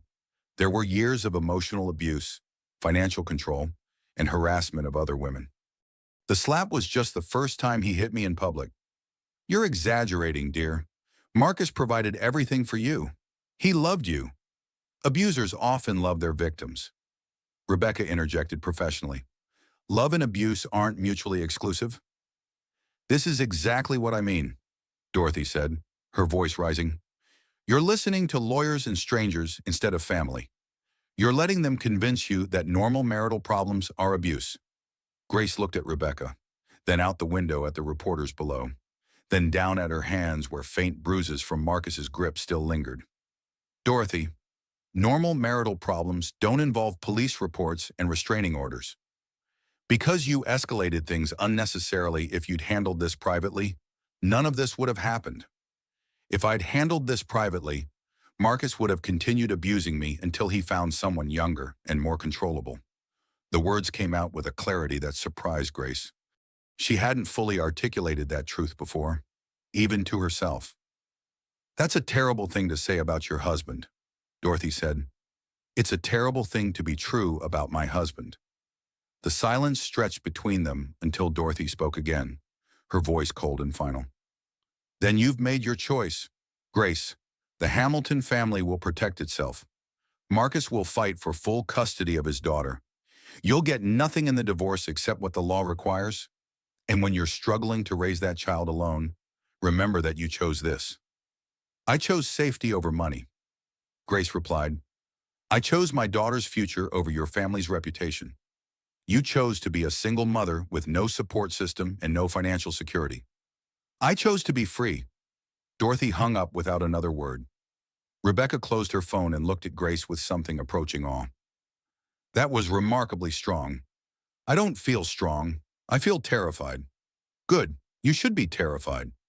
This is terrifying, but you're doing it anyway, which is the definition of courage. Grace's phone buzzed again, this time with a call from Frank. Grace, are you safe? I'm seeing news reports about Hamilton Tech, and there are photographers outside Romano's again. I'm at Rebecca's office. We're okay. Good. Listen, there's something you need to know. Marcus tried to have me fired this morning. Grace felt her stomach drop. What? He called James, the restaurant owner, claiming I had fabricated evidence against him, said I was part of some conspiracy to extort money from his family. Did it work? Frank's voice carried a note of satisfaction. James told Marcus to go to hell. Apparently, 3 other restaurant owners in the area called this week with similar stories about Marcus's behavior. James is actually considering banning him from the entire restaurant group. Really? Really? Grace, you standing up to Marcus gave other people permission to tell their own stories. The women from his harassment settlements, restaurant workers he'd intimidated, business associates who'd watched him abuse his power, they're all coming forward now. Grace felt a strange mix of relief and responsibility. Her personal decision to press charges had opened floodgates she hadn't expected. I never wanted to destroy his entire life, she said quietly. You didn't destroy anything, Rebecca corrected. You exposed what was already there. The destruction is the natural consequence of Marcus's own behavior. Through the office window, Grace watched reporters interviewing people on the street, asking for opinions about domestic violence, financial abuse, and the responsibility of wealthy families to police their own members. This is bigger than just my divorce case, isn't it? Much bigger, Rebecca agreed. You've inadvertently become the face of a movement: successful women leaving abusive marriages, victims speaking truth to power, people choosing dignity over money. I just wanted him to stop hitting me. And that simple desire has revealed how many other women he was hurting. Grace, you started something you may not be able to control, but you definitely started something important. Grace's phone buzzed with a text from Stella. Saw the news, Dad and I are making dinner at your place tonight. No reporters allowed, just family. Family, not the family Grace had married into, with their conditional love and protective silence, but the family she was choosing, people who showed up during crisis, who offered support without expecting anything in return. Rebecca, Grace said, what happens now? Now we wait for the judge to review all evidence. We prepare for Marcus to fight dirty, because men like him always do. And we remember that truth has a way of surfacing, even when powerful people try to bury it. Grace nodded, thinking about the daughter growing inside her, the world she was creating for that child through her choices today. Will it be worth it, all this pain and public exposure and financial uncertainty? Rebecca leaned back in her chair, her expression thoughtful. Grace, what's the alternative? Staying married to a man who hits you, raising a daughter who thinks that's normal, teaching her that money is more important than dignity? No, Grace said firmly. That's not the world I want to create for her. Then yes, it will be worth it. Not immediately, and not without cost. But eventually, yes, it will be worth it. As they prepared to leave Rebecca's office through the back entrance to avoid reporters, Grace realized that her midlife transformation was no longer just personal. She had become a symbol, a test case, a woman whose choices would echo far beyond her own life. The financial independence she was fighting to rebuild might take years to achieve, but the emotional independence was already hers. And that, Grace thought, as she prepared to face whatever came next, was worth any price Marcus might make her pay. 3 months later, Grace gave birth to Emma Rose Hamilton at 2:47 a.m. on a Tuesday morning. The labor was long but uncomplicated, and when Dr. Wells placed the tiny, perfect baby in her arms, Grace felt a fierce protectiveness that dwarfed everything else in her life. Frank and Stella were in the waiting room, having driven to the hospital the moment Grace called. Rebecca was handling legal matters from her office, ensuring that Marcus's visitation rights were clearly defined and supervised. She's beautiful, Stella whispered, holding Emma for the first time. She has your eyes. Grace looked at her daughter, really looked at her, and saw possibility instead of limitation. Emma would grow up knowing her mother had chosen safety over wealth, dignity over convenience, truth over comfortable lies. Any word from Marcus? Grace asked. Frank shook his head. His lawyer called Rebecca to arrange supervised visitation, starting when Emma is 6 weeks old. Marcus is complying with the court orders. How did the criminal case resolve? Grace had been too focused on preparing for Emma's arrival to follow the legal proceedings closely. Plea agreement, Frank reported. 6 months probation, mandatory anger management counseling, community service, and a permanent restraining order that allows contact only regarding Emma. Grace felt neither satisfaction nor disappointment. The legal consequences were less important than the personal transformation they'd all undergone. What about Hamilton Tech? Board of directors forced him out 2 weeks ago. He's starting his own consulting firm, but most of his major clients have dropped him. Grace imagined Marcus, stripped of the corporate empire that had defined his identity, forced to rebuild his professional life while facing the personal consequences of his behavior. Do you feel sorry for him? Stella asked gently. Grace considered the question seriously. I feel sorry for the man he could have been if he'd chosen to treat people with respect. I don't feel sorry for the man he chose to become. Doctor, Wells entered the room with discharge paperwork and a satisfied expression. Everything looks excellent. Emma is healthy. Your recovery is progressing normally, and you can go home this afternoon. Home. Grace's small apartment had been transformed over the past months into a real home, painted walls, second-hand furniture arranged with care, photos of chosen family instead of wedding portraits. The marketing job Frank had found for her was going well. Working from home with flexible hours, Grace had rediscovered skills she'd forgotten she possessed. The financial independence she was rebuilding wouldn't match the luxury she'd known as Marcus's wife, but it was hers, earned through her own efforts. There's something we need to tell you, Frank said as Grace prepared to leave the hospital. About Romanos. What about it? Stella grinned. James decided to sell the restaurant to Dad. The down payment came from Marcus's harassment settlement with one of his former employees. She insisted the money go towards something positive. Grace stared at Frank. You own Romano's now. As of last week. And I've been thinking about expanding the Women Supporting Women initiatives we started after your incident. Hiring women leaving abusive relationships, providing flexible schedules for single mothers, maybe even offering childcare during shifts. Frank, that's incredible. It's what you inspired, Grace. Your courage gave all of us permission to dream bigger. As they prepared to leave the hospital, Grace realized that Emma was being born into a world fundamentally different from the one Grace had inhabited as Marcus's wife. Instead of isolation and control, Emma would know community and support. Instead of financial dependence, she would see her mother building independent success. The drive to Grace's apartment took them past the Hamilton estate, now empty and listed for sale. Dorothy had moved to Florida after Marcus's corporate downfall, maintaining her silence about her son's behavior, but no longer actively defending it. Do you miss it? Stella asked, following Grace's gaze toward the imposing mansion. I miss the illusion of security, Grace said honestly, but I don't miss the reality of living there. What was the reality? Grace thought about golden handcuffs, about isolation disguised as luxury, about the way wealth had been used to justify control. The reality was that I was very comfortable but completely powerless. Emma will have less money but more choices. That seems like a fair trade. Frank pulled into the parking lot of Grace's apartment complex, modest buildings surrounded by small gardens, children playing in communal areas, neighbors who knew each other's names. Welcome home, Emma, Grace whispered to her sleeping daughter. The apartment had been prepared for their arrival. Rebecca had stocked the refrigerator, Stella had arranged flowers, Frank had installed additional security measures. The baby's room was small but perfect, painted soft yellow with second-hand furniture that had been lovingly refinished.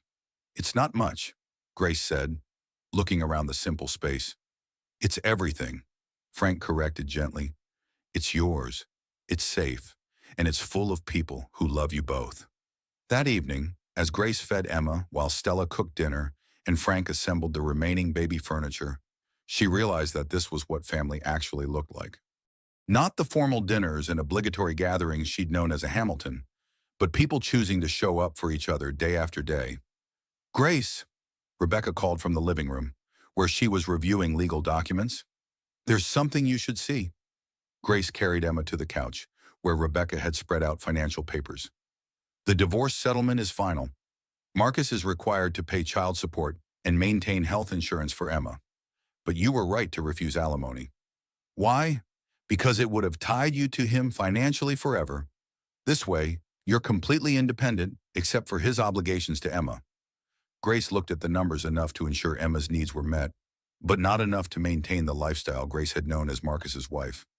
It's going to be tight, she said. It's going to be yours.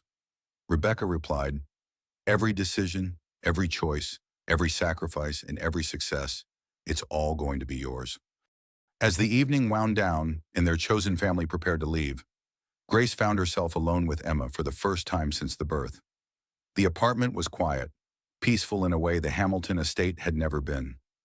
So, she said to her sleeping daughter, it's just you and me now, but we're not really alone. Are we? Emma stirred slightly, her tiny fingers grasping at air.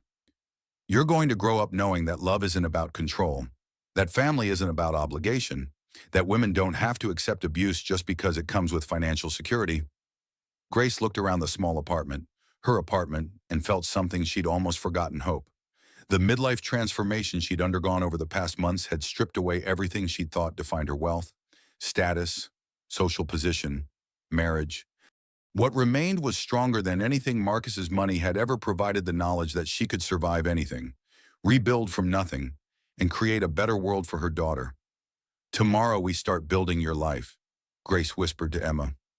A life where you never have to choose between safety and security, where you know your own worth isn't determined by what men think of you, where you understand that real strength comes from standing up even when you're scared.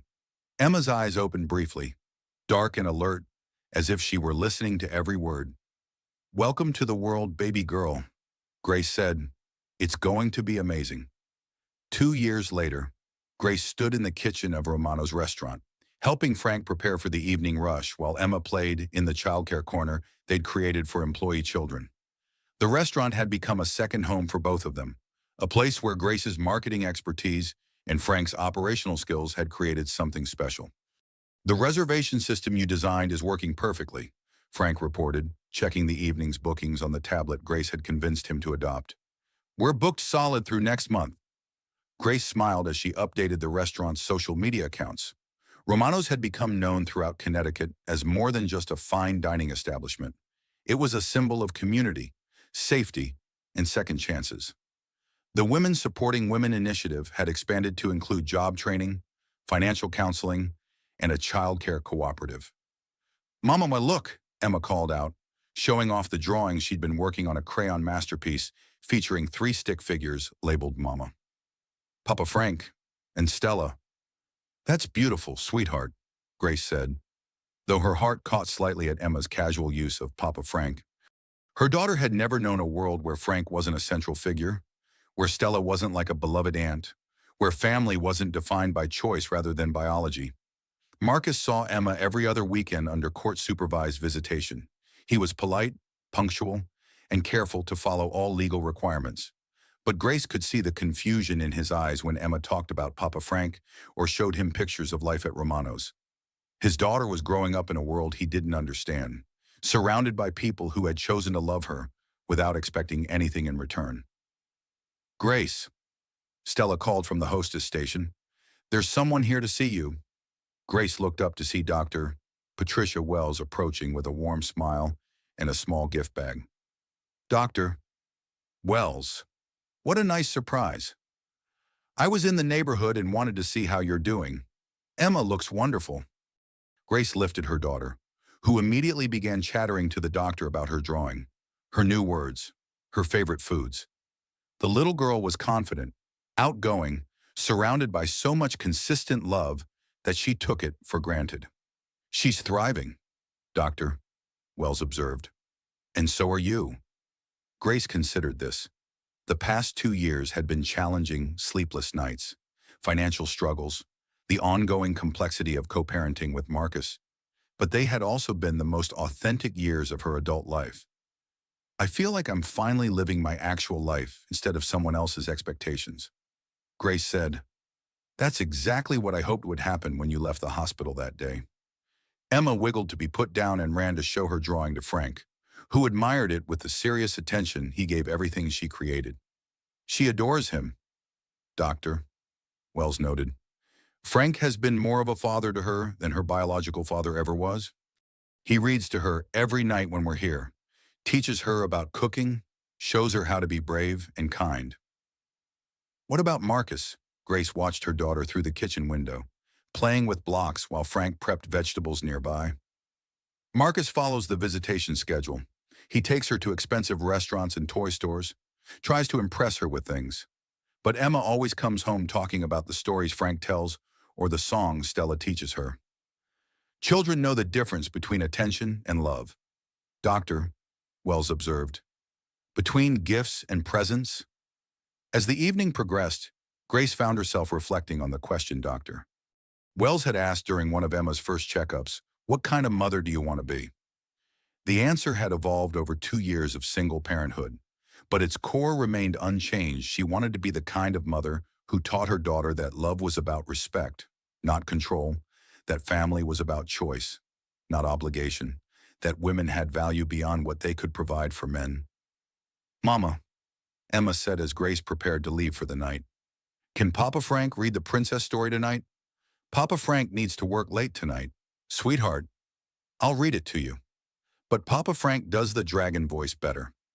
Grace laughed, remembering how Frank had initially protested that he didn't know anything about reading to children, only to discover he was naturally gifted at voices and sound effects.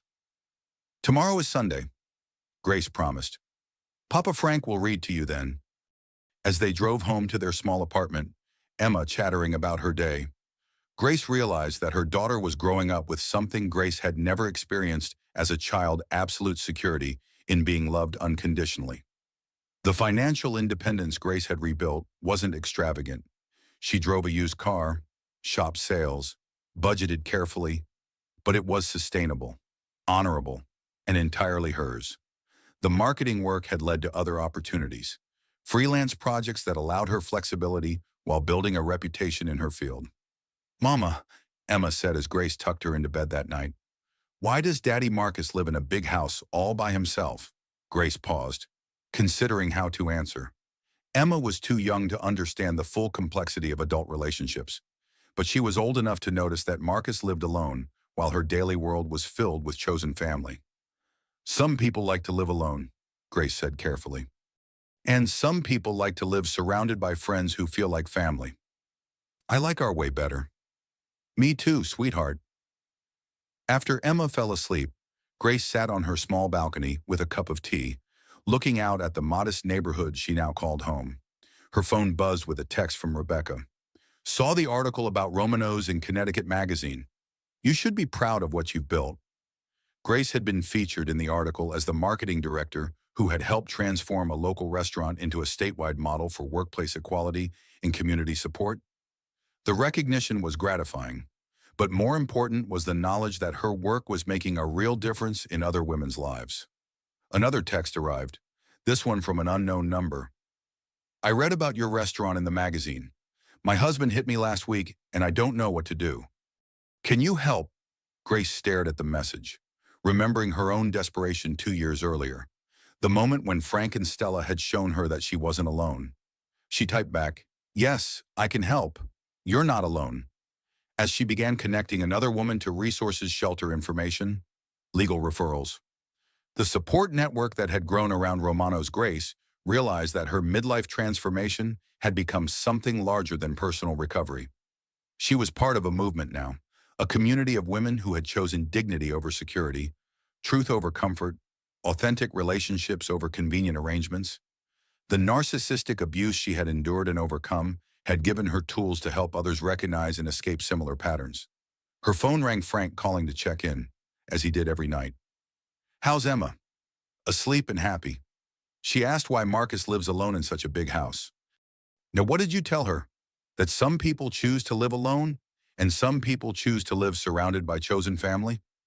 Frank was quiet for a moment. Grace, there's something I've been wanting to talk to you about. What's that? Stella got the lead in that off-Broadway production. She'll be moving to New York next month. Grace felt a pang of loss mixed with pride. Stella had been auditioning consistently, building her resume, pursuing her dreams with the same determination she'd shown that night at Romano's. That's wonderful, Frank. She's worked so hard for this. She has, but it got me thinking about family, about the people we choose to keep close. What do you mean? I mean that Emma calls me Papa Frank, and you've become like a daughter to me, and Stella loves you both like we're blood relatives. Maybe it's time we made it official? Grace felt her breath catch. Official? I'm not talking about marriage. Grace, I'm talking about legal family. Adoption papers that make me Emma's grandfather in the eyes of the law. Emergency contact forms that give us legal standing to make decisions for each other. The kind of paperwork that makes chosen family into real family. Grace thought about the Hamilton family she'd married into, people connected by obligation and genetics, but divided by competition and conditional love. Then she thought about Frank, who had risked his job to protect a stranger, who read bedtime stories with dragon voices, who had never asked for anything in return for 2 years of unwavering support. Frank, she said, tears starting to fall, I would be honored to make you Emma's legal grandfather. And I would be honored to be chosen as family by 2 of the strongest women I've ever known. As Grace ended the call and prepared for bed, she looked around her small apartment, Emma's artwork on the walls, photos of their chosen family on every surface, furniture that had been gifted or earned rather than simply purchased. It wasn't the life she'd planned when she married Marcus Hamilton. It was better. Her daughter was growing up knowing that love was reliable, that adults kept their promises, that women had value beyond their ability to please men. Emma would enter the world equipped with tools Grace had spent 30 years learning, the knowledge that she deserved respect, the confidence to demand it, and the wisdom to build relationships based on mutual care rather than control. The midlife transformation that had begun with a slap in Romano's restaurant was complete. Grace had rebuilt her life from nothing, created financial independence without sacrificing emotional autonomy, and discovered that the family she chose was stronger than the family she'd been born or married into. As she drifted off to sleep, Grace heard Emma talking softly to herself in the next room, practicing the bedtime story Frank would read to her tomorrow, complete with dragon voices and princess adventures. And they all lived happily ever after, Emma whispered, because they chose to love each other every single day. Grace smiled in the darkness. Her daughter understood the most important lesson of all, that real family wasn't about blood or legal documents or financial obligations.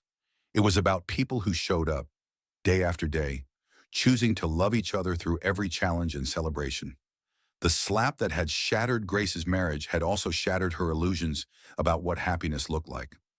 What emerged from those broken pieces was something infinitely more valuable, a life built on truth, sustained by authentic relationships, and dedicated to the radical idea that every woman deserved to live free from fear. Emma Rose Hamilton would grow up knowing she was worthy of respectful love simply because she existed.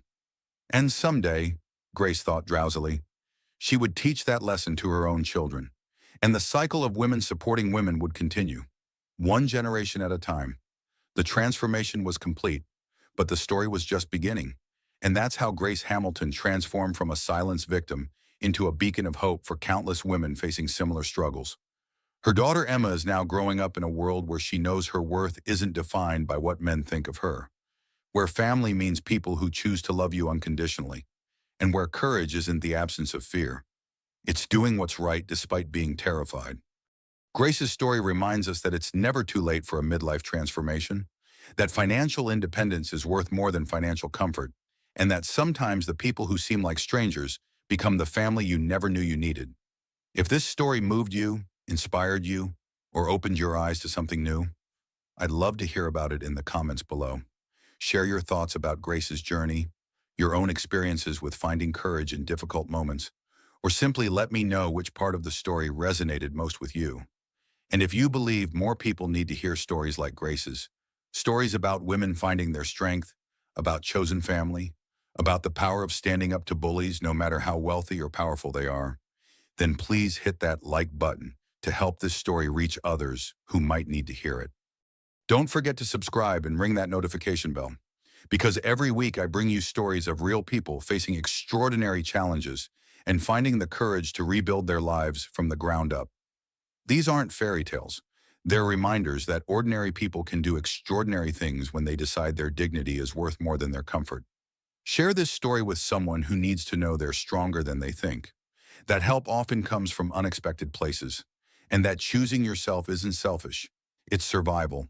Until next time, remember, your story isn't over. Your strength is greater than you know, and sometimes the most beautiful chapters begin with the courage to close the ones that no longer serve you. Thank you for listening, and I'll see you in the next story.